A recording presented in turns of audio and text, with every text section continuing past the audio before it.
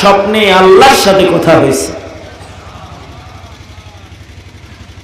ইমামে আহমদ বিন হাম্বল রাহমাতুল্লাহ আলাইহি স্বপ্ন যোগে আল্লাহর সাথে 100 বার কথা বলেছেন।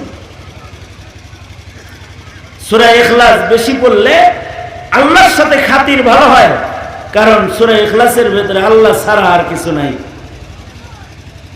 এ কারণে সূরাতুল ইখলাস কেউ যদি একবার পড়ে তার আমলনামার ভেতরে 10 পারা কোরআন পড়ার সওয়াব দেওয়া হয়। সুবহানাল্লাহ। আগামীকালকে বললেন আপনারা, আজকে বললে যদি গুনাহ হয় আবার। জোরে বলেন সুবহানাল্লাহ, জোরে বলেন।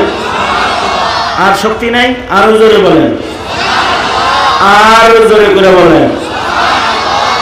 কয়বার পড়লে? একবার পড়লে 10 পারা পড়ার সওয়াব। আর হাদিস শরীফে আছে কেউ যদি